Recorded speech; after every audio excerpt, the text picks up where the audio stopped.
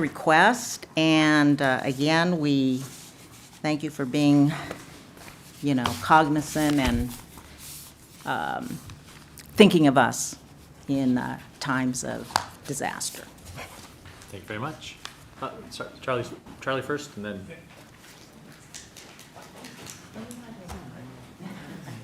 Good evening, Charlie Rain, 4 Pinto Road. I was approached by a resident about a week ago who very generously and at this time anonymously told me he's willing to donate quite a large sum towards the removal of brush in the bottom of the canyons and the Flying Triangle, which, if that is done, would allow us or you or the association, some entity, some combination of all of us, the county, to go through and do something about piping or lining the canyons prior to the winter rains. So I've had a great meeting with Karina today. I talked with Kristen today. I know that there's been some reaching out with other people, and I'm just hoping that as this ideally comes to fruition prior to the rains, that there can be as much help to push it along as possible. So just want to let you know that's in the works, the beginnings of it, but hopefully you can help wherever possible. Thank you. Thank you. I know you guys have a lot on your plate, and I just want to thank you for considering those extra sirens. I grew up in an area that had tornado sirens, and you could hear them inside a bar with a football game on. And we really couldn't hear them at Southfield down where we were, or Ring Bit, and I know you guys know that. And so I'm slightly hard of hearing. So please save my life and get those poles in. We really appreciate you considering to fine tune that. Thanks. Thank you. Hello, everybody. So I'm Maureen Nunn. I've lived here for 100 years, literally. Only 90. But I am also in support of the sirens. I think that it's life-saving. I think it's urgent. I think it's really necessary, if not critical. And I support everything that they're doing. Talk about grassroots. They started this themselves, and you were so wonderful to receive this in good faith. So I think we need to keep it going and reach a conclusion in August 21st. Let's have some decisions. Thank you. Come on up.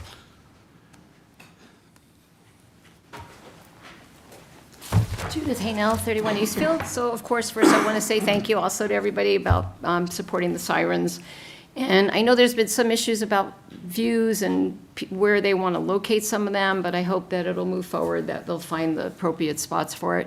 Also, the association, as you probably know, has cleared the second lane out for the closed crest gate, and that's been really great. I've been by it a few times, so it makes you feel a little bit more comfort, although GPS still takes you to that gate, but it's great that we have it for emergency use.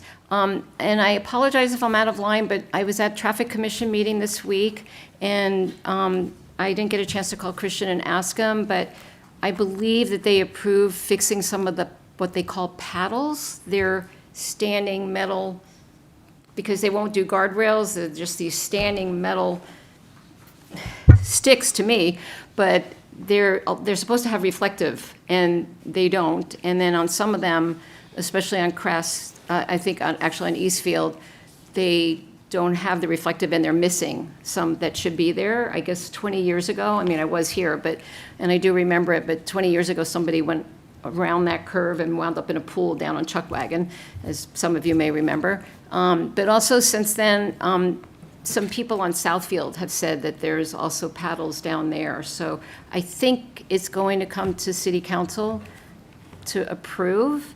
So I'm just hoping it'll be on an agenda item sooner than later to get them fixed before an accident happens. So I also asked for paddles on Crest, and they did not really look to that one to do, but at least the one on Eastfield, or wherever there's existing paddles. So they're just really old, and they've lost the reflection. And as you know, when you're driving the fog, you're trying to find, your way. So it's helpful. So hopefully that will come to agenda. Thank you very much. To the council, if you don't know what paddles are, they're the vertical white strips. They're plastic, I think not metal, but after they get old, they don't reflect, and then they get dirty, and, they're not very effective, so that's what she's talking about. Okay, no more public comments. We're gonna close the public comments. I'm gonna go backwards one to, What? Mayor Piper, could I, if it's not taken, would it be possible for you ask the city manager to give the residents an absolutely current update on the sirens, where we are? there's Because a they're- receive and file public safety and Right. emergency preparedness update at the end. Right, I was it's a surprised. receive and file. But we can do, how about this? It's not on the consent calendar, it's actually an item to discuss. So, hold on, so let's do this. Robert, what number are you here for? He's for the public hearing at 11A. 11A, so that's the first one up. So why don't we do this why don't we go, we're gonna go 11A, so Robert can leave. And then we'll go to 14A, which is the update on the emergency thing, and then we'll go back to the regular order. Is everyone good with that? That would be good That's with fine. me. Okay. All right. And can I just ask one quick Yes, question? ma'am. The speakers going to the audience, are those on, Christian, so that they can be heard, everybody can hear? So then, we're going to consent calendar. Okay, I just want to pull 8F, just briefly. Okay, I would move the calendar except for Hold on. 8F And I have AE. and 8E. Is there, Second. all in favor? 8E, go ahead. What's your question?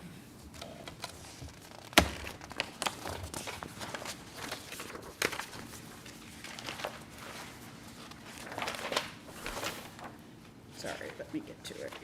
I hate to keep bringing up this Republic report, because I know from the staff report that it's being looked at, and they're trying to fix some issues on it. But I wanted to bring up, should this be revised to include contractual division rate and the Cal Recycle, I'm sorry, not diversion rate, and the Cal Recycle diversion rate? Because since there are two things, I don't know, I think this might be produced by them, not us, but I think that might be helpful to be looking at that.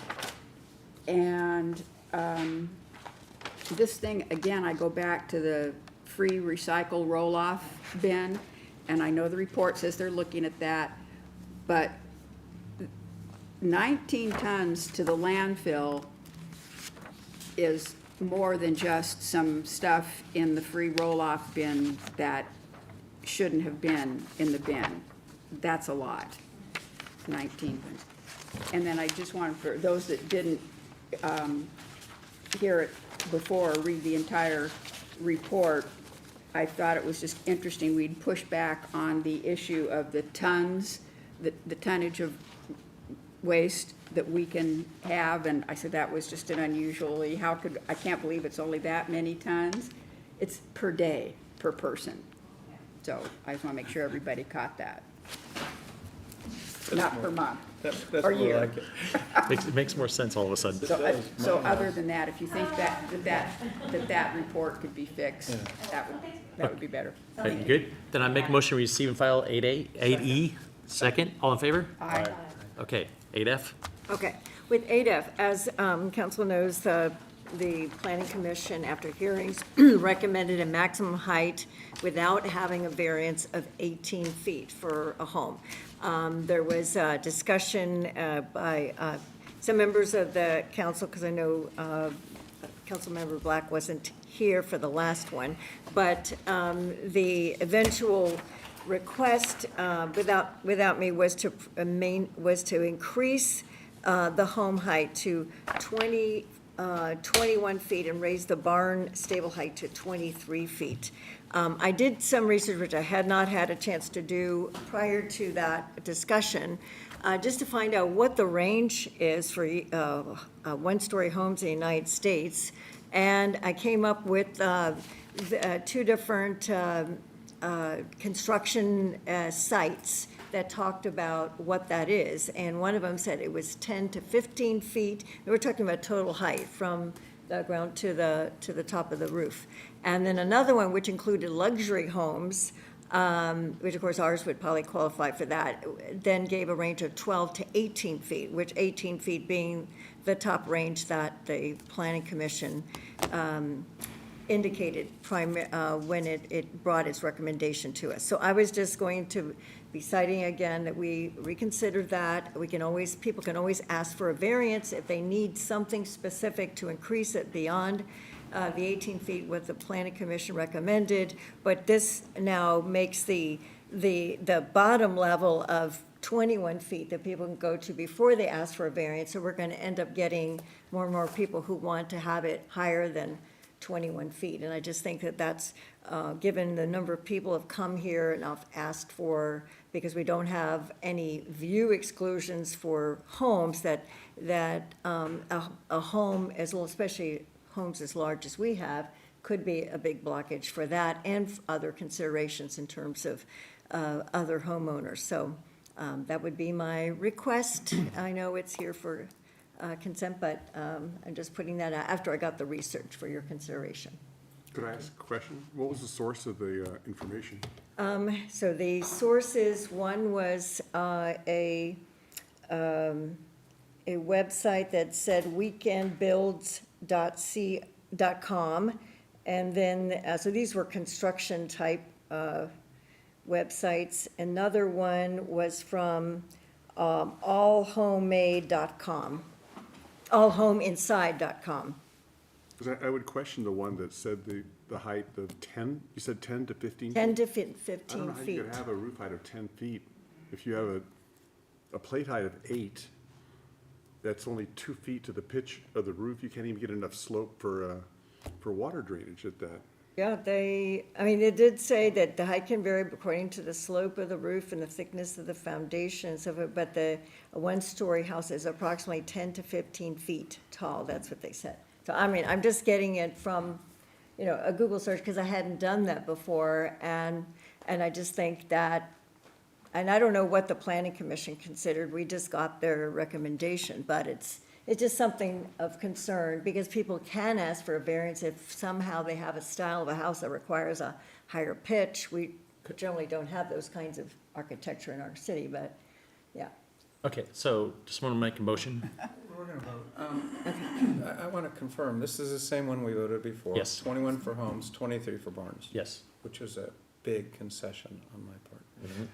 Well, Yes, it was. all right, someone want to make a motion? I would One make way- a motion that we receive and file the second reading adoption, city ordinance number 386, amending chapter 1716, a municipal code. Do I have to read the rest, or is that enough? You can finish. Okay. Regarding the height limits to single-family residential homes, stables, and barns, and finding the action to be statutory exempt from CEQA under section 21080.17 of the Public Resources Code. Okay, is there a second? I'll second. All right, before we vote, I have to open for public comment. Is there any public comment? Seeing there's no public comment, we're going to close public comment. Then let's roll call it so B can vote no. Councilmember Murch, Yes. Councilmember Wilson, Yes. Councilmember Black, Yes. Mayor Pro Tem Derringer, No. and Mayor Piper. Yes. Can I just make a comment now that we Yep. voted? B, I would suggest that you attend or listen to planning commission meetings. Your concept of that, we always give more and what they ask for and everything, that isn't how it is. This wasn't an issue that we had to address before because the association was doing height limits, not us. That's why it came here. I think you'd have a better feeling and understand better that it's not running rampant out there, that people are gonna get whatever they want, and that they're gonna get a higher level, a higher height than what we've had. The Planning Commission understands that this height limitation now is higher than even what they said, which should include any possibility that they have. But I would really suggest that you listen to the streaming or attend the meetings and see how that works, because I see consistently you have a mistrust or not, I don't want to say not understanding, because I know you're a bright woman, but a mistrust of what goes on there. And I think your comments tonight it reinforced that. Well, I just want to say, in my defense, because I disagree with your conclusions of what I'm thinking, but if I said that, I did not mean to say that they always get a variance. All I'm saying is that people will request a variance, and that they could possibly argue for one when 21 is now the base or the limit that we've set. That's all I said. Okay, so, and just for the audience, is the city's never had a height limit. The HOA had a height limit. There was a lawsuit that changed the height limit. So the city is broken into two chunks. One is maximum of 25 feet, and one is infinite. So that's why we have now put our negotiated number of the height we went with. So even though the planning commission, they were just looking for their own number, that's how they started. That number didn't exist. It wasn't we increased it. We were reducing what the HOA was allowing down to something that we thought was a little more reasonable.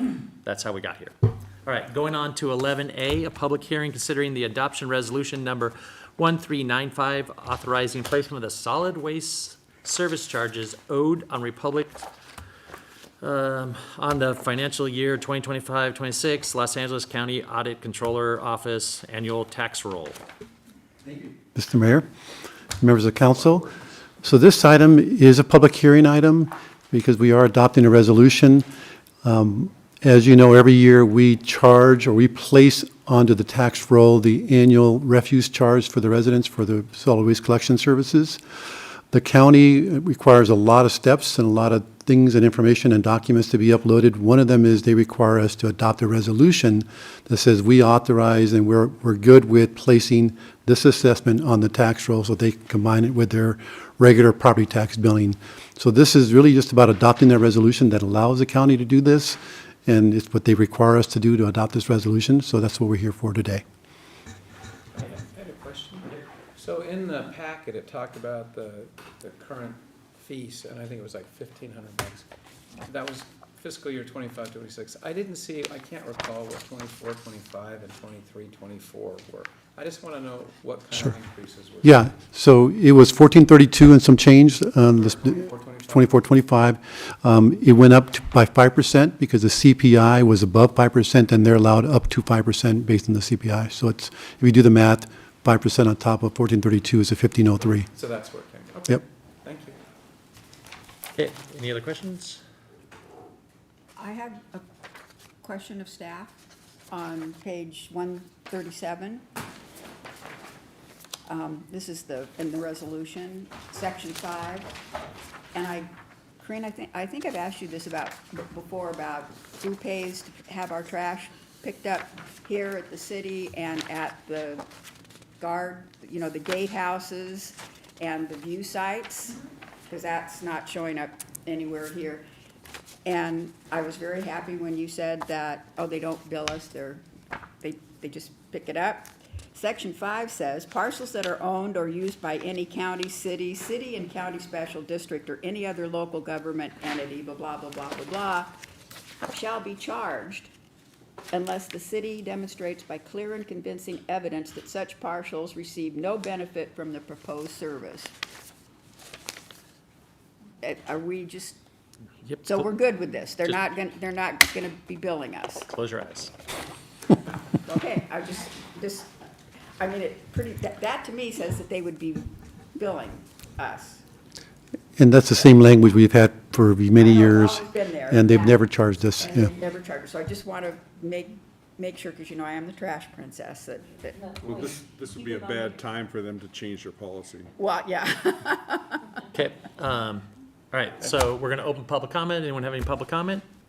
Come on up. I'll try to be quick because I'm sure you guys have been working on whatever this was for a very long time, and so I'm a person who's not in the know. So I just wanted to ask when. I'm so sorry. When trash and green waste is mixed and it ends up getting to a dump where it gets rejected because trash and green waste are mixed, is there a charge that then comes back to the city? No, the charge is eaten by Republic.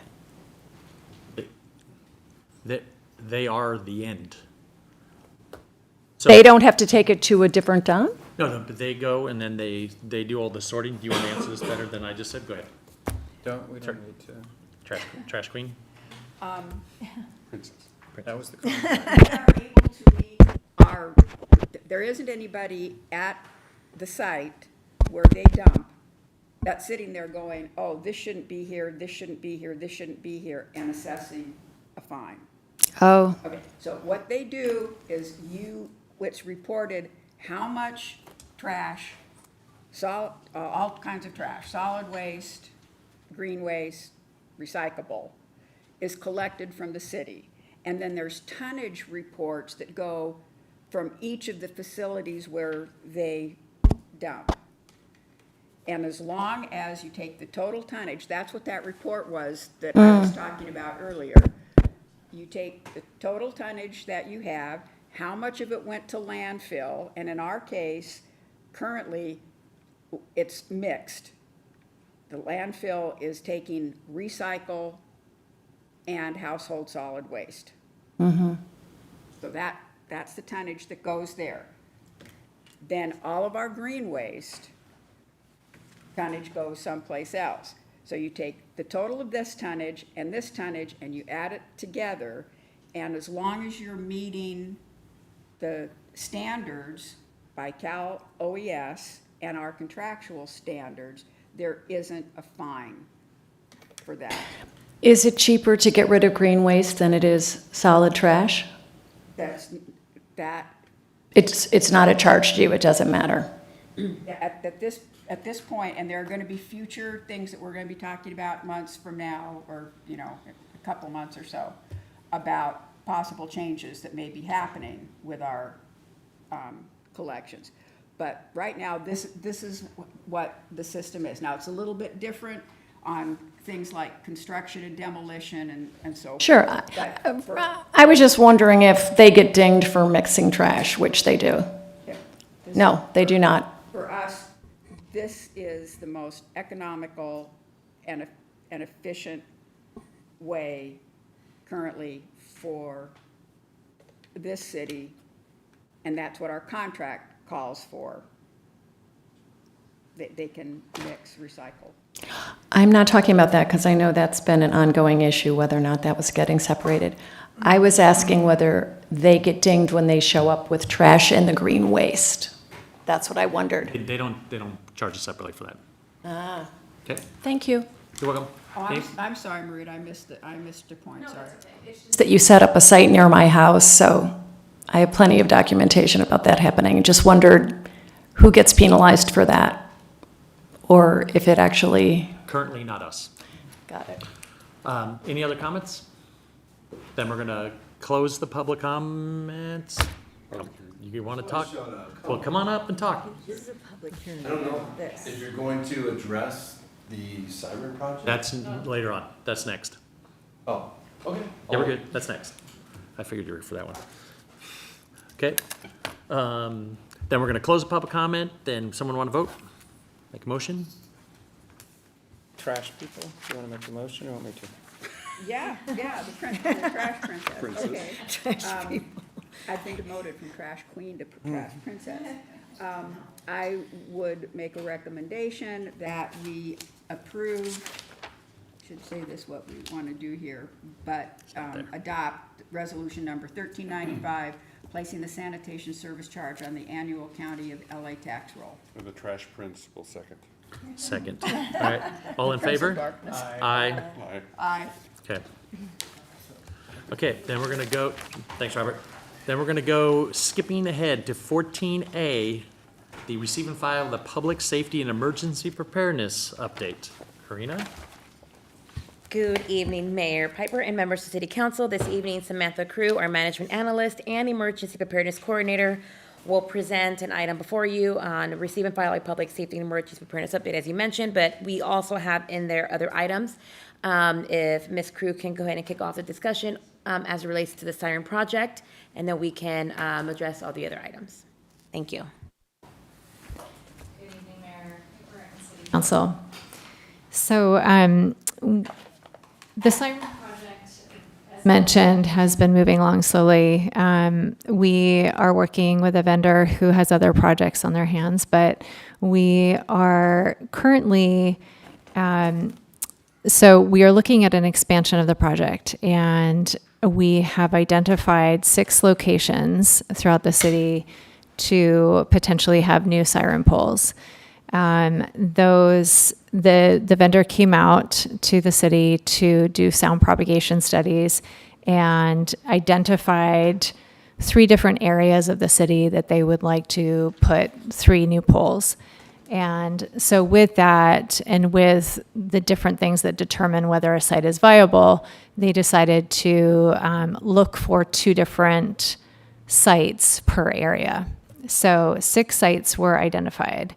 Right now, they recently had Dig Alert come out to those sites to see if they were viable.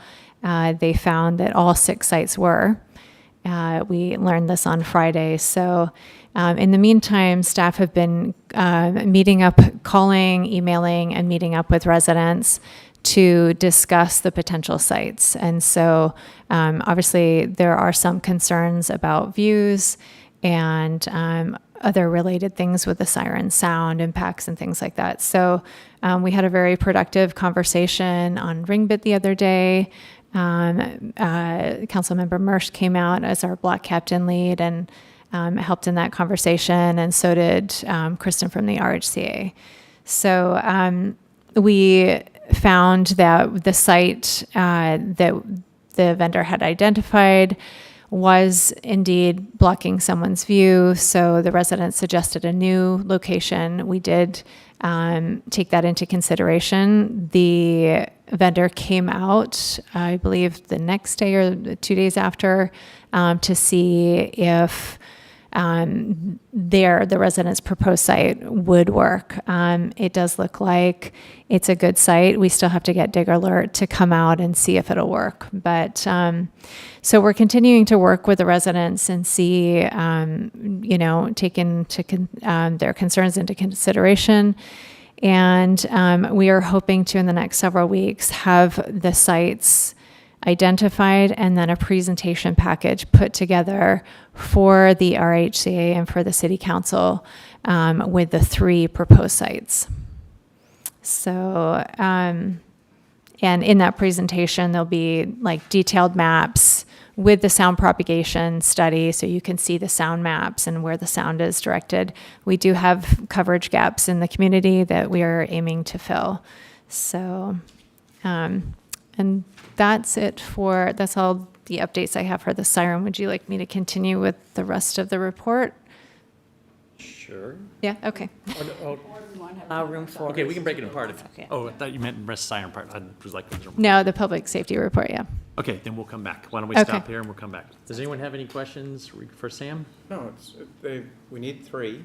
You've identified 6, and you're gonna come back with the 3 optimal. Is that Correct. Yep. Yep.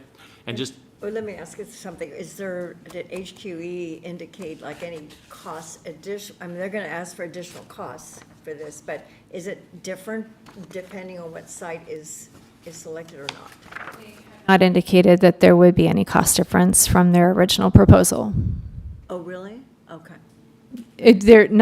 So I say from their original proposal, they did, pardon me, their amended proposal, correct? Yes, yeah. Unfortunately, no. Yeah. hang on. All right, so you good? Any other questions? All right, before I open it for public comment, so here's just a couple things. One, the engineering firm found locations. They stuck some sticks in the ground. We haven't seen the sticks. The people around them, she's been calling and communicating with everybody. That doesn't mean that's where they're going. That means it's part of the conversation right now. Obviously on Ringbit, we've now had a meeting with everybody and the neighborhood is now working together to figure out what the best spot is. And so it sounds like that's going forward. I don't know if that's happened anywhere else yet. So we're now gonna open the public comment. Would someone like to make any public comments? Hey, this is the first time. Let's start over. Hey, Mark, sit down, say your name, your address, and then whatever you want. Mark Erstich, One Wagon. Mayor, just to clarify though, the public comments, we try to avoid the question and answer. It's for comments to the council, but just want to minimize the back and forth. And we can take questions and come back. Staff can come back later. So fire off your questions. We're not going to be, fire off your questions or whatever you want to say, then we'll but then when you're finished, then we will answer what we can answer. All right. What's the cost per additional pole? Okay, you got any other questions? I guess I should have started with, what's the premise of the project? Okay, so for the last 5 or 6 years or longer, there's been a community that wanted, from the block captains, they want to put sirens through the city because places like Paradise burned to the ground because they didn't have any communications with no cell service, no way to communicate. So they put in sirens. These sirens have the ability to be sirens as well as speakers too that could communicate. When we started down this process, we tried to minimize the poles to the least amount possible to minimize the effect on what that is. And once they put them in, they said this might not be enough, and it's not enough. So they need to add a couple more poles. They're thinking 3 that's going to fill in all the gaps. The sirens will exist so that the sirens, you can hear them. There's also going to be another thing that they're going to add on, which are these little boxes that you can put into your house. So that way, if you had triple pane windows or your whatever, that it's not only going to then communicate through the sirens and help people understand what's going to happen, but it's also going to be like a little emergency box. So that way, if there's an emergency, people know where to evacuate, where not to evacuate, or what's going on.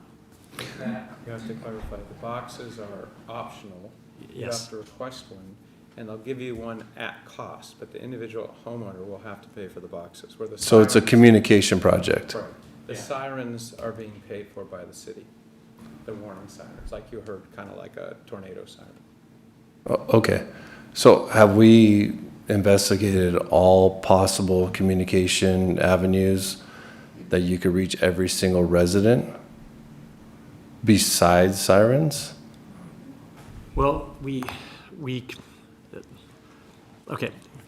We've tried through this, and maybe you and I can just do this offline sometime, is the HOA is in charge of trying to get the cell service to work around here. You can see when you drive up the road, there's a green one right here. That's just a fake one that they put in to make sure no one had a problem with us adding in cell service towers. The cell companies refuse to put them in because it costs too much for as many people as we have. So there is nothing on the horizon of improving our cell service whatsoever. When the pole over here on Portuguese Bend got caught on fire and it melted all the fiber, everything on this part of the hill lost all internet. And I know like the Kirkpatricks, when his mom was ill, they would have to drive out of the city to talk to the doctor and then drive back into the city. So our poor communications and our inability to control what's going on is a concern. And there was a concern from a decent amount of the people who live here that they wanted something that was beyond that, that had the ability to work when the cell services weren't working or the text messagings aren't working, et cetera. So that's how this project has been going, and it's been going on for a long time. And I understand it's painful and everyone has their input. I'm asking you because have we explored a redundant fiber optic system through the city? I understand you have one point of connection here, yet your station is in the main gate area here. But you can bring in feeds from Eastfield, Crest, et cetera, and there could be a redundant system that can backfeed anywhere at any time. Have we explored that option? No. Can we? Well, there's a whole bunch of things. I mean, honestly, satellites are coming online right now as well. So there's going to be different approaches. But right now, the path that we're on is putting together a system for the entire community that is a siren base that then has the addition of the boxes that people can add on. And that's where we are going, and that's what's going to be happening. Yeah, but that fiber system, if you're going to put a box in someone's house, you can communicate via fiber and send the same message, and you're actually investing in the infrastructure of the city versus a That siren. infrastructure is gazillions of dollars, and we don't have that. We're $300,000 in on this, and we'll be a couple $100,000 more, and we'll have it so we can communicate with the whole city in a way. Yeah, but that's no also- guarantee it's going to work. I appreciate that. Mark, why don't you call me, and we'll go get drunk, and we'll explain the whole thing, okay? Just say one thing. Yep. We also, as he said, this has been a long time in development. We just didn't willy-nilly pick this company or do this. We looked at other cities that had deployed systems like this, and that, because we knew nothing about this, we were like deers in the headlights, we didn't know. So we have looked at cities, visited cities that have this system, have seen how it works. It has redundancies in it itself, and then these boxes are, the messages sent to the boxes are also redundant. Not only can you hear it inside, but it's coming from a different, one's radio, you guys have to help me with this, one's radio waves and one's sonic. But I mean, it's even a different type of technology that goes to the indoor boxes as well. So we're trying to do as much redundancy as we can. And I respect that, and I understand this is for the greater good. As a contractor that puts up power poles and power lines and overhead conductors and underground conductors and puts up fiber optic cable, I'm here to offer my insight, because we do this day in, day out for the public, for private sectors, et cetera. So I don't want to grill you guys here, but I'm here because this is what I do. We have the equipment, we have the know-how, we have the engineering, et cetera. And when I'm seeing this trial and error, I see this as problematic. It's not going to end here. It's not going to be 3 more poles. The change orders will continue, and you're going to have more poles, because it's going to be impossible to cover this whole area. You got peaks, valleys, the way sound travels. It's impossible to say, hi, we have this warning system like a military base is just going to hit everyone. It's impossible. So that's why I'm presenting the option of exploring. Let's put the money into the infrastructure of the city. You're undergrounding everything that's here now. Put the fiber in, put the redundant system in, put the boxes in. If this can work via whatever RF signal that you're presenting, whether it's a microwave signal, RF signal, whatever it is, you can put this in via fiber, and it runs off light. It's not a powered system. It's the way everyone works, whether it's the government, whether government projects, public projects are working on, that's what everyone's aiming for. That's the future. No, we hear you. And All right. we are contractually obligated. Yeah, no, we're down a path that's not going to stop. So Yeah, but if you only had a contract for 3 poles, how are you contractually obligated beyond that? yeah, but Nobody I answered, hear you. Jeff. I'm with you. Is we're down a path that they wanted to have more poles, and we cut them way back. And we understood that there might be a possibility of having more poles. This was the process of trying to minimize this and the impact on the residents. Yeah, but So- you issued a contract for how many poles? The original ones for 3. And honestly, Mark, we shouldn't be doing this here. So let's talk about this. I'm happy to talk with you offline, and we'll go through all this, and we'll see where it goes. But I'm telling you right now is this ship has sailed a long way down the path. We have spent a ton of money, time, and energy to go down this path with a lot of research and a lot of different things. Of course, there's other paths. There's always other paths. Yeah, but that doesn't mean because you invested a ton of money, you keep throwing good money after bad. Yeah. Mayor? Yeah. Yeah. Okay, so What, you don't want to hear it, so you're going to cut me off? This is not a public, it's not a question and answer, it's just public comment. I'm and not late. So, So there is a process. When you come to a city council meeting, it's a decor, right? It's a quorum. You need to make sure that the mayor is able to conduct a formal meeting. And the time that we have here is for the public comment, to provide your questions and concerns. We'll make note of it. The mayor will then direct staff to work directly with you. The time spent now is just for you to provide that information. Okay, then And let's at set that up a time- meeting. So at this time, we're going to move on to the next individual who would like to participate in public comment. And that's what we have at this time. So the city attorney and the mayor has kindly asked that if there's anything else that you would like to add, this is the time to do it. But the exchange of questions, that can come back when we can work with you directly outside of this forum. Well, can we set up a meeting? Sure. So after the meeting, you can definitely connect with Sam, who is our emergency preparedness coordinator, who is overseeing this project, and or the mayor, which has offered kindly to work. I with you emailed directly. her, you didn't get back to me. So we can do that. Okay. Yeah. All right. Thank Yeah. you. You want me? So it's one wagon lane. One wagon lane. any other public comments? Charlie, she's first this time. Yes, I guess I'm reiterating what I said before, and maybe also saying, just so you would know why. Just go this way, don't worry. Right, right. So I just want to say thank you so much for continuing to bump up the siren system, which is not at all even like the box or a cell phone system, because it can be heard when you're out on your bicycle. It can be heard in your bed without your cell phone, which is why neighbors areas all over the country have siren systems because they are so very different than everything else. So thanks so much for continuing to expand on the excellence of the siren program we'll have. Thank you. Charlie? Charlie Rain, Fort Pinto. I hadn't planned on talking here, but we also, so I'm curious if it's Ringbit East or Ringbit West, because I know my neighborhood, and I'm sure Pat, we didn't hear the sirens. And we've got a vacant lot you can use right in the middle of the Flying Triangle, which would hit Pack Settle, Southfield, all those. So I'd love to see the 3 sites or get an idea where they are at some point, maybe. Thank you. Thank you. Any other public comment?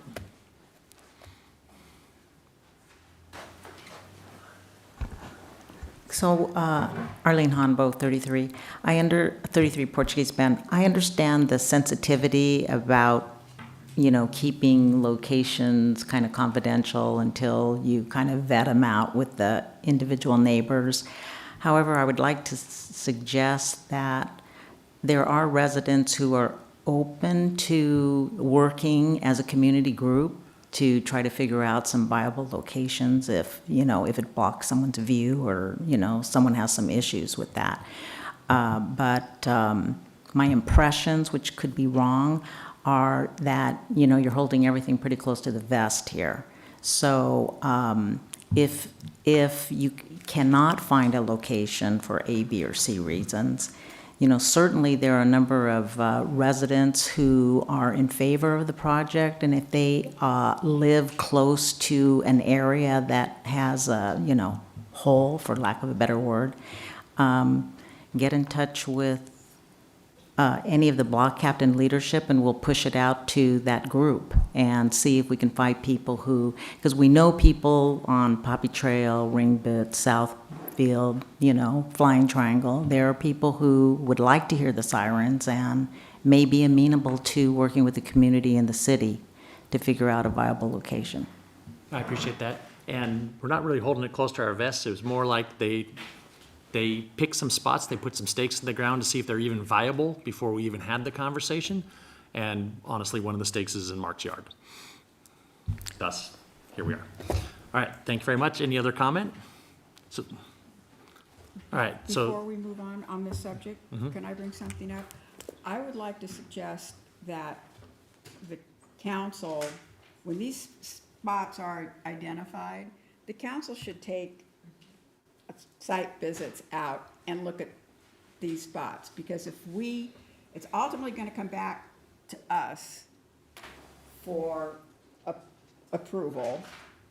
I think it's very instructive to go out and take a look at it. As Samantha said, I was at the last one, at the one on Ringbit West. It's Ringbit West. And it's worth seeing. And I think we would be doing our due diligence to see it before, as it continues to go down this path of all the places that you have to look at. And also to hear the residents that are in that area. I thought there was a lot of very useful discussion there, or very informative discussions that was there. So I would like the council to consider making site visits to them. Okay, and so to finish up here with the siren thing, could we, before our August 1st meeting with the block captains, could we understand if we could get the little box part running, even if it doesn't work everywhere? Could we get part of the city covered with that if people are interested in that? Because that would be useful for the people who are close enough, because my guess is the sound travels, bless you, sound travels differently than the RF, so maybe some's gonna work better here and there, so maybe we could mix and match while we're getting through this. And then Sam, could you please work with the block captains and everyone around these things to see if we can find places that make sense? Because I can only imagine how your meetings are going. And at the 21st block, is it the 21st? Is that the block captain meeting, the 21st? And at the 21st, to have a full thing out there for the block captain meeting. Okay, so then we're going to continue. We're going to close this part of this club. So we're not going to talk about sirens anymore. We're now going to go to Sam for the rest of your presentation. Thank you. So the city continues to explore participation in the Cal OES voluntary buyout program. The program offers eligible homeowners the opportunity to relocate from properties impacted by ongoing hazards. Staff submitted a draft notice of interest for a funding opportunity at the end of May, and Cal OES is currently conducting a benefit cost analysis to determine whether Rolling Hills homeowners are eligible for this grant. Staff expect to hear back from Cal OES near the beginning of August, at which time staff will bring this item back to the City Council to discuss next steps. The city will receive two advanced earthquake alert receivers and 2 antennas from Cal OES as a part of the data casting receiver pilot program. Devices use the secure U.S. Geological Survey signal transmitted via a nearby local public television station to provide GPS-specific alerts in under 1 second. The alerts provide critical seconds of lead time, enabling city staff and EOC personnel to drop cover and hold on during seismic activity.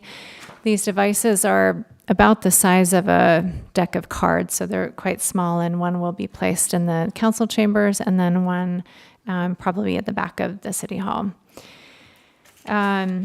The pilot runs through December 31st of 2025, during which the city will need to participate in monthly feedback to Cal OES. There is no cost to participate in this program. At the end of the pilot program, Rolling Hills will retain the equipment permanently with no ongoing maintenance or subscription cost, and Cal OES aims to eventually expand availability of these receivers to residents statewide. SoCalGas has promised service restoration to residents who were a part of the gas shutoffs in September 2024. Currently, the utility company has restored service to 3 homes in the Seaview community and Rancho Palos Verdes. Restoration will proceed to the Portuguese Bend Beach Club and then to Rolling Hills. Staff were told by the utility company that they are restoring service to communities in the order of who lost service first. The gated community of Portuguese Bend and Rancho Palos Verdes will not be restored at this time due to continued land movement concerns. SCE has restored power to all but 1 interested household awaiting permit approvals. Some homeowners are choosing not to have their service restored and stay off grid for the time being. SCE recently mailed a long-term tension relief strategy notification starting fall 2025 to stabilize power infrastructure in areas with land movement. The project includes taller poles, covered conductors, and could have temporary traffic impacts. And finally, the Assistant Chief Kane will be coming to the August 11th City Council meeting to present inspection outcomes from the June annual brush clearance inspections. Zone 0, 0 to 5 feet from the structure are not yet enforceable, but maintenance is strongly encouraged. And that concludes my report. Any questions? How many, you said 1 electric, I didn't hear how many gas people don't want to go back on. We don't have a number. I know that SoCalGas did send out a survey to Rolling Hills residents to see what their interest was. They haven't told us how many interested parties they have, but as we get closer, we will be having some sort of informational session with residents and to gauge their interest, but right now we don't have those numbers. The gas company sent out a couple of surveys, and they did it a couple of times. I don't know what the response was. I know that some people responded to it. And to add to that, they are going to have their call centers begin contacting our residents as once more, I think in the coming weeks, if you haven't received the call yet, just clarifying, because what they're trying to do is, as they're wrapping up an RPV, they want to ensure that our residents are ready and prepared to make the connection. So they're going to have conversations about the type of items that you purchased during the time of the shut off of the gas, like electronics and whatnot. So they just want to make sure that the conversion works with what we have at this time. So that should be coming up in the next week or so. All right, no other questions? I'm going to open it for public comment. Any public comment? Seeing no public comment, we're going to close the public comment. Is Make a there, motion we receive and file? Second. all in favor? Aye. All right, now we're going back to 12A. Consider and approve Republic Services Field and Operation Expansion of the Mother Truck Staging Site locations. Good evening, Mayor and Council. The last time an item like this came before the council was in 2010 with a variety of approved locations. A couple of years ago, we started to experience a vast amount of problems with. Hey, Christian, let's just give us a second here. Let's Jim get his dad outside.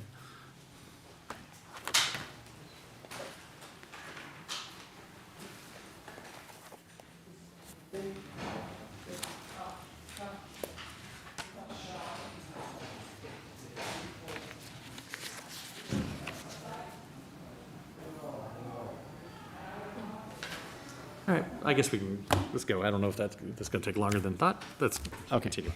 A couple of years ago, the city started to experience a rising increase of problems with Republic Services on a variety of levels, including their operations.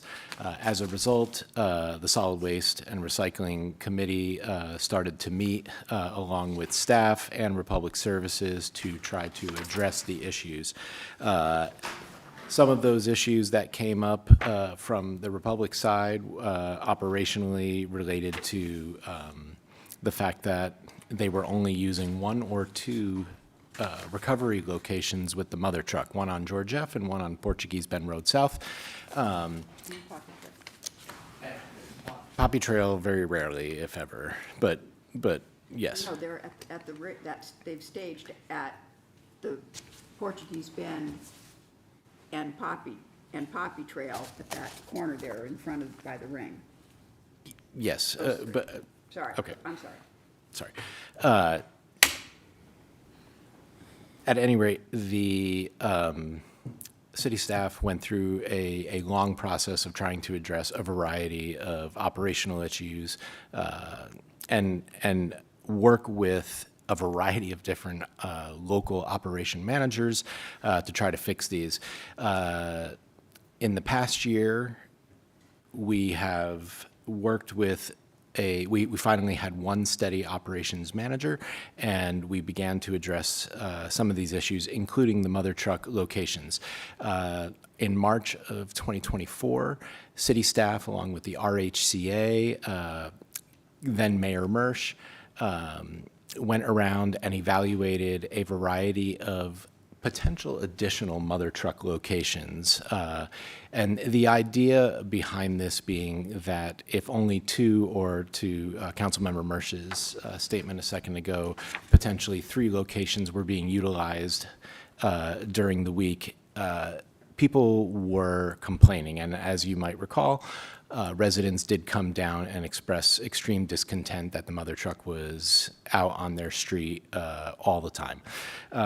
So with that said, staff, RHCA, Mayor Mersch went out, evaluated some potential new locations, reevaluated the existing approved 2010 locations, and then worked with Republic Services to try new locations, find a better way to make existing approved locations work, and then create a pilot system whereupon they would test those sites, evaluate them for a period of time, and decide what was working or what was not working.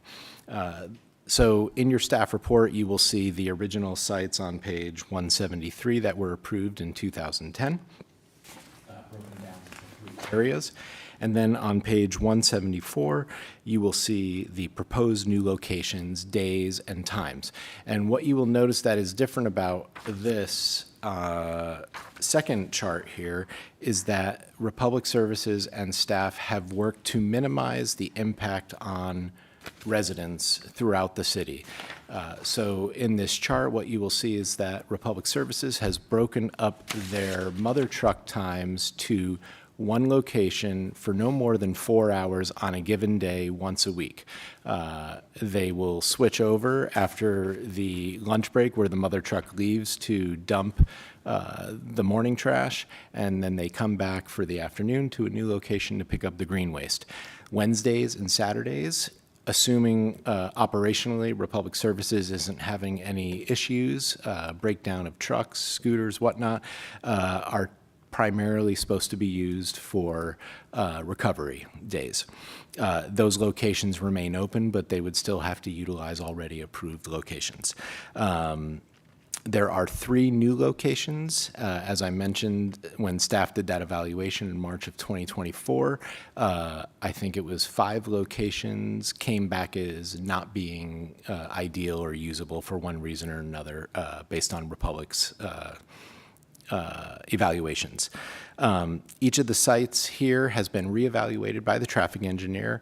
There is a traffic engineer updated report from May 22nd as it was presented to the Traffic Commission meeting, as well as based on some of the public input that we received in April and that you discussed in closed session at your last meeting.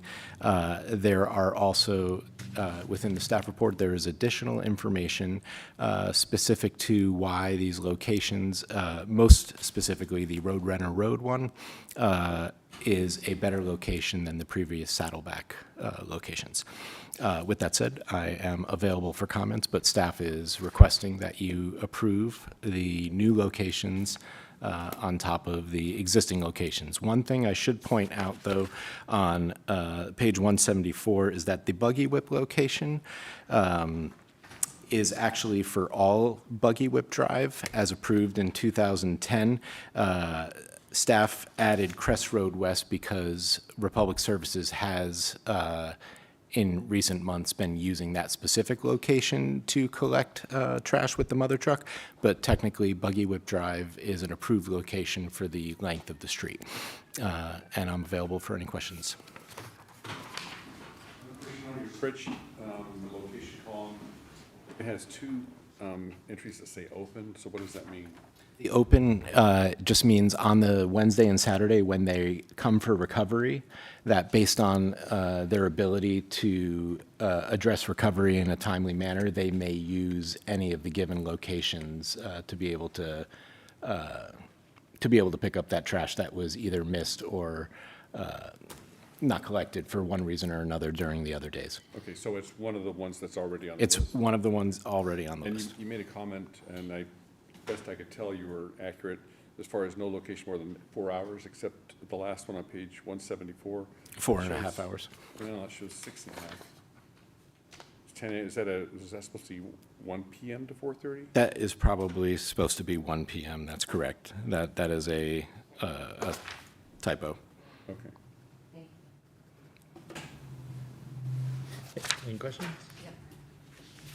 Yeah, so, I mean, what specifically was the study done by the traffic engineer on, as to the entire street of Buggy Whip? Because that's the street, and I'll say, I live on, and I did have an almost collision with the Republic truck when they did park on Buggy Whip, just next to Crest Road, because there's a blind hill that you come up, and it was during the time period you're saying when you're on your way to work, and then all of a sudden the truck is there, and then you have to dart over into the incoming traffic lane, which thankfully nobody was there. But that, to me, is not a good location if you want to avoid accidents.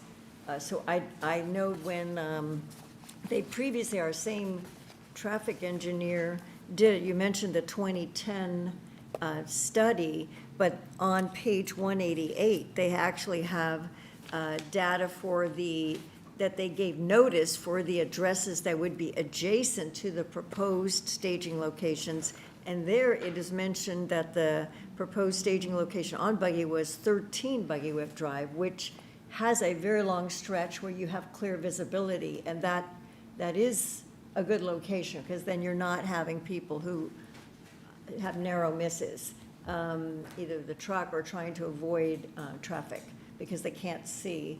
And the other would be at the very bottom where there's a turnabout, it's a cul-de-sac. But I would highlight just so we don't have any collisions. I know Republic would rather just be there on the corner because it's easier for them, but that's not a very safe location. I will note that, and I would be happy to follow up with the traffic engineer on her evaluation of Buggy Whip as a whole and that intersection, and get you some personal feedback. This is the first time we're hearing any negative feedback about that particular corner location. With that said, we can also talk with Republic Services offline and see if they are using any other locations along Buggy Whip, or if it is specifically only the Buggy Whip Crest Road location. Their perspective is also coming from a safety point, because clearly they have to mobilize scooters, the mother truck. There's a lot of movement, so I hear the concern, and if so willing, staff will explore that offline with both the traffic engineer and Republic Services, and then report back to you with their answer.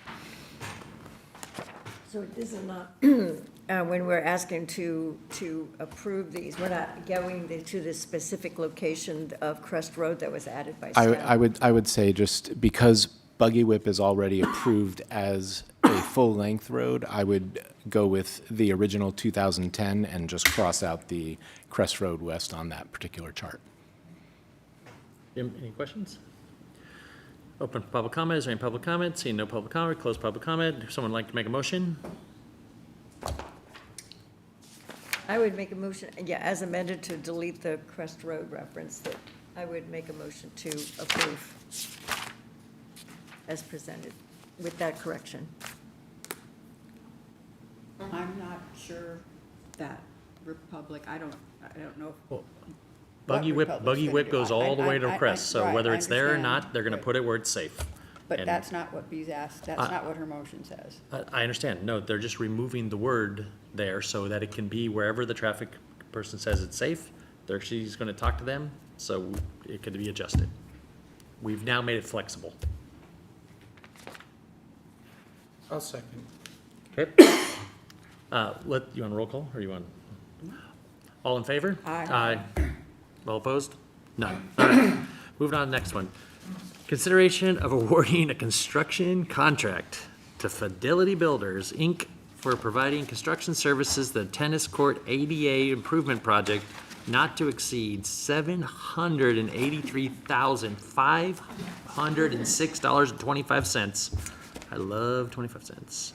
Authorize city manager to execute an agreement and finding the project category exempt from CEQA.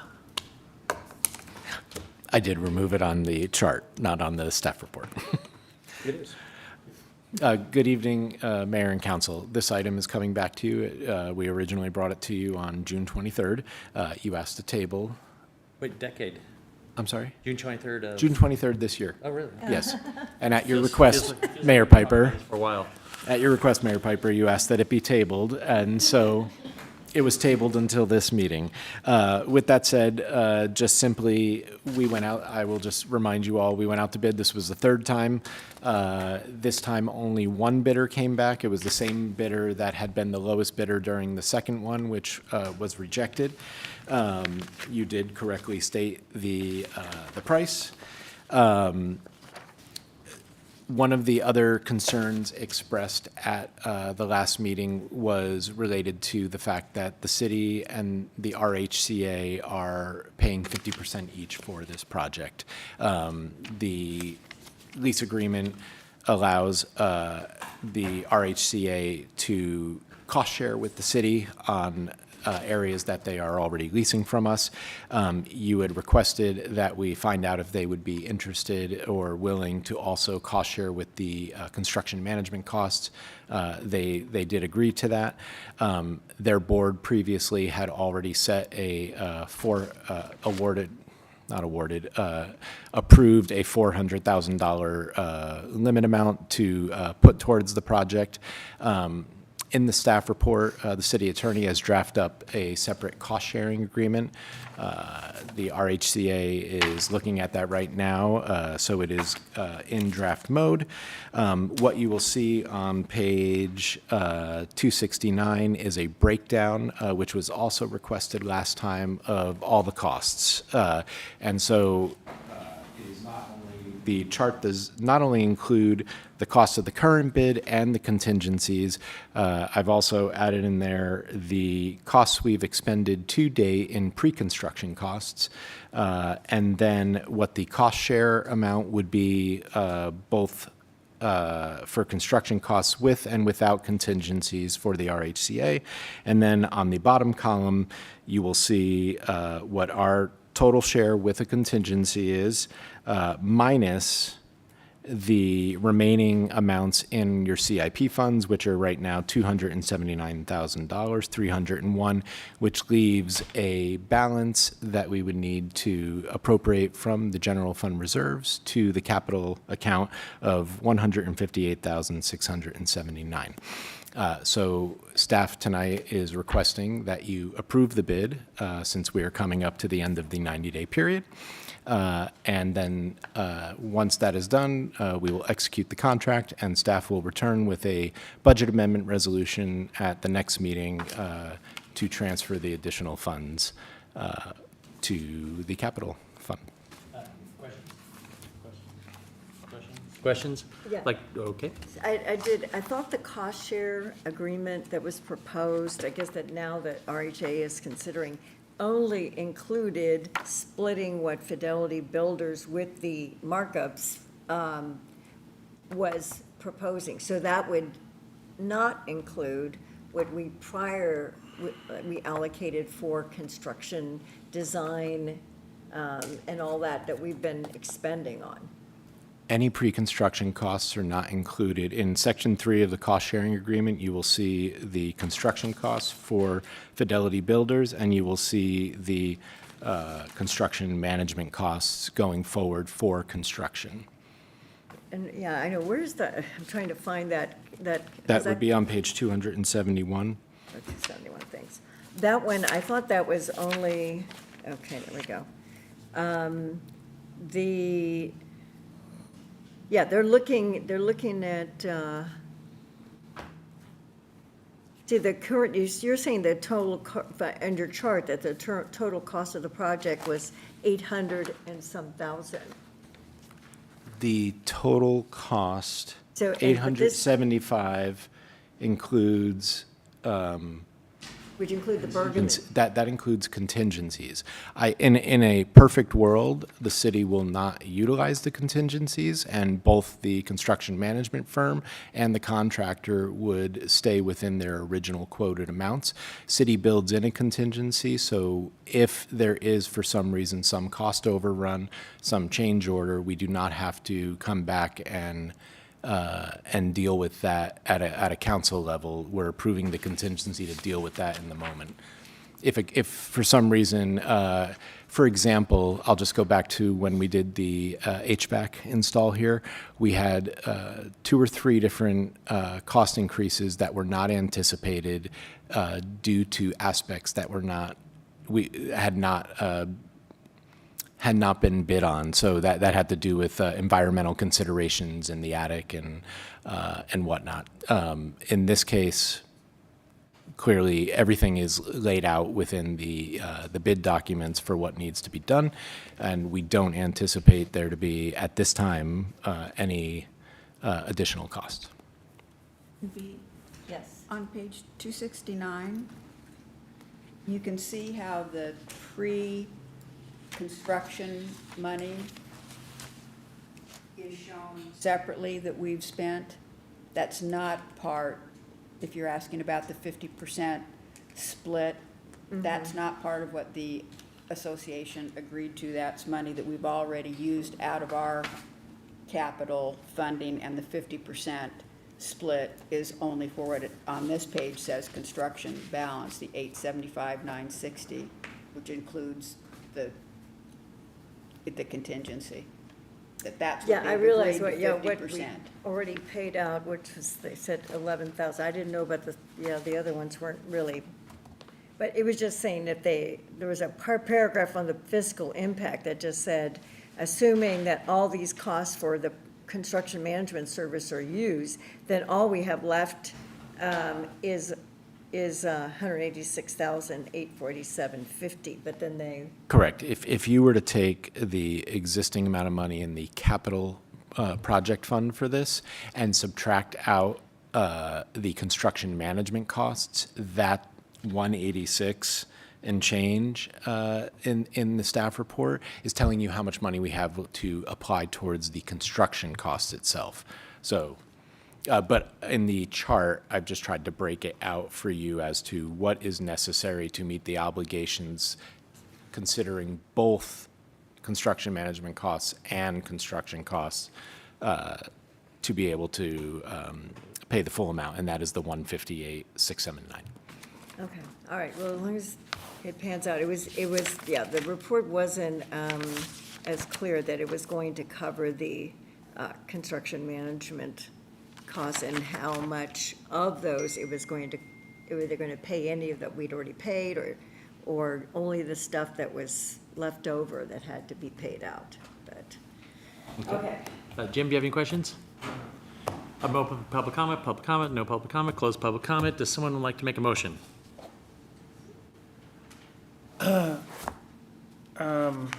I would make a motion that we award a construction contract to Valley Builders, Inc. to provide construction service on the Kennet Court ADA improvement, not to exceed $783,506.25. I'll second. And authorize city manager to execute it And authorize city manager to execute the agreement and find the product categorically exempt from the California Environmental Quality Act. Okay, roll call. Councilmember Mersch. Yes. Councilmember Wilson. Yes. Councilmember Black. Yep. Mayor Pro Tem Derringer. yes. And Mayor Piper. Yep.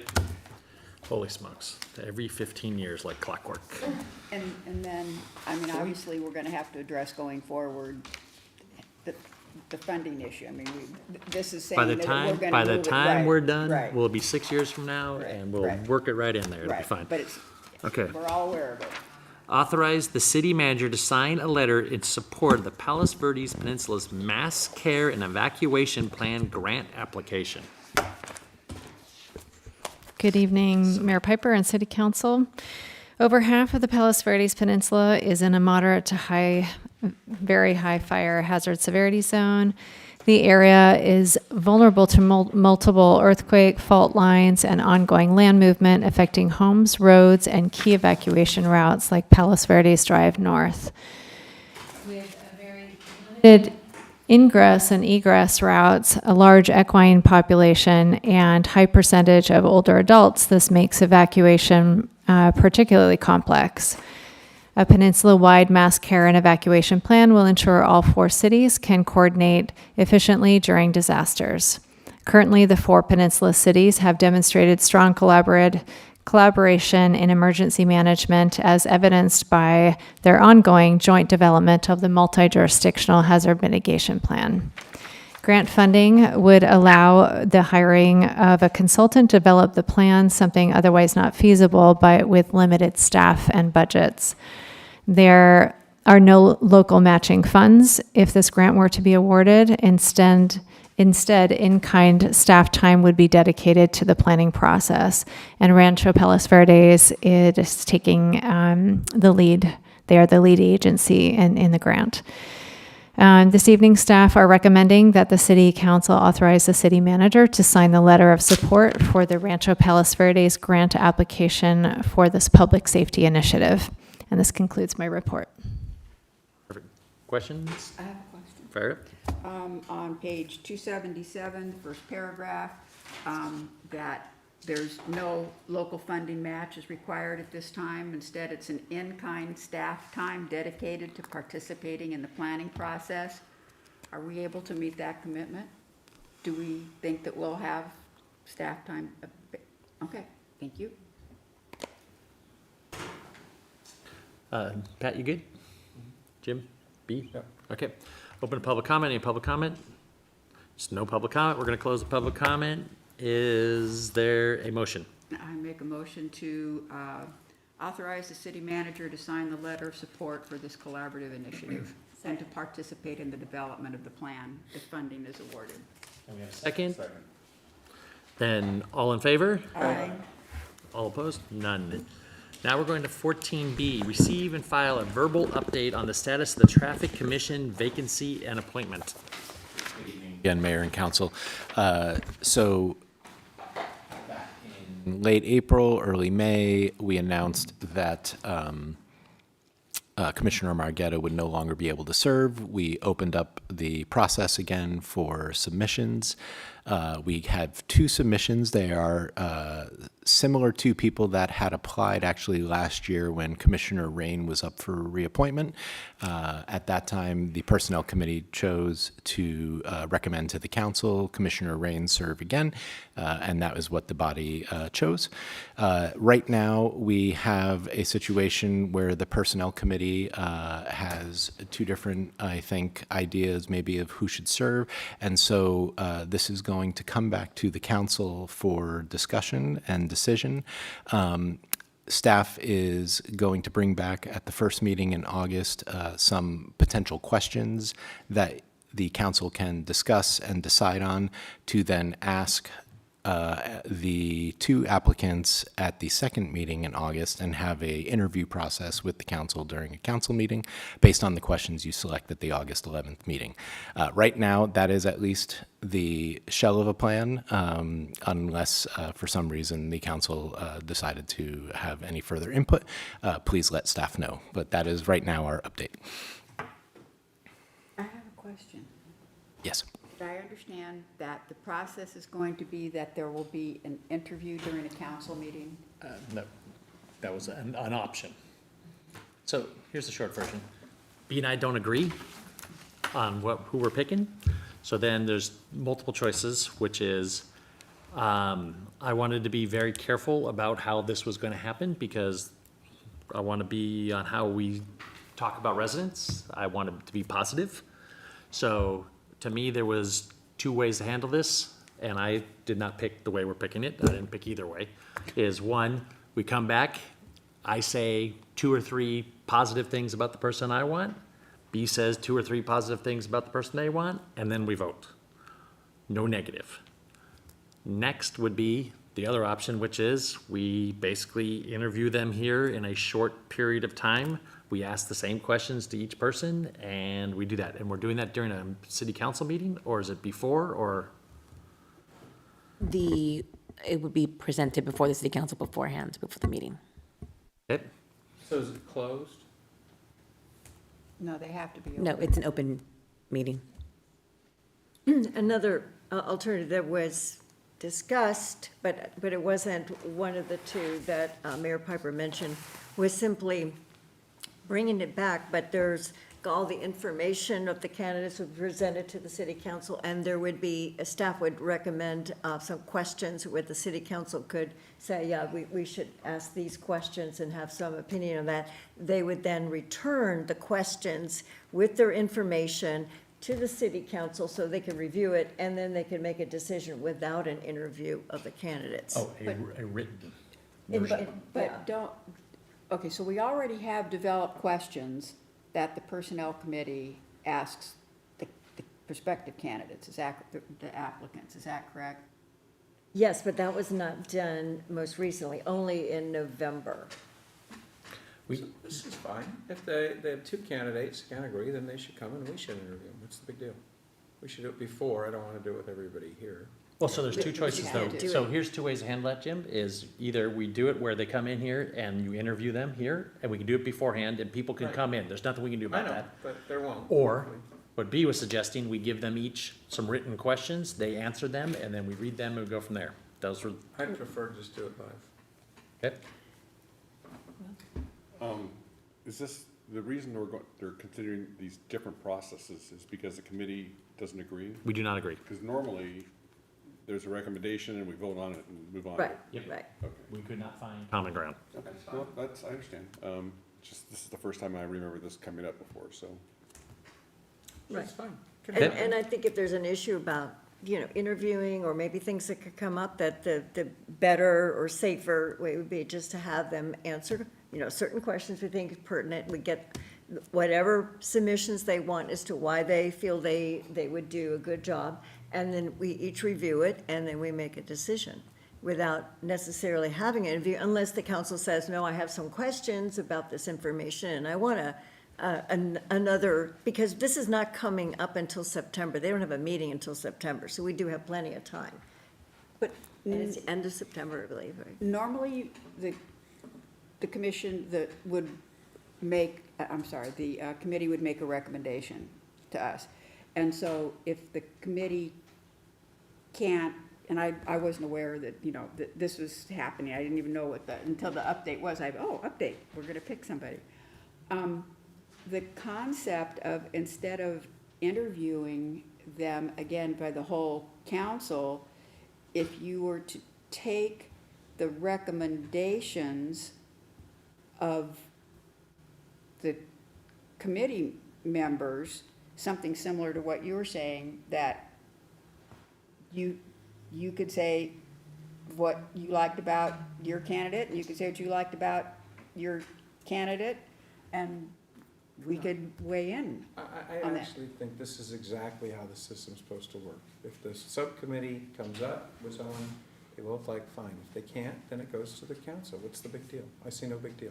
To do an interview. No big Okay, deal. okay. It's exactly how the system should work. Okay, any other questions?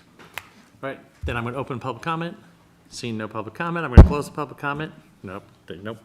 And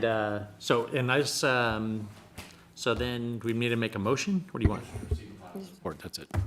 I'd make a motion to receive and file. Second. All in favor? Aye.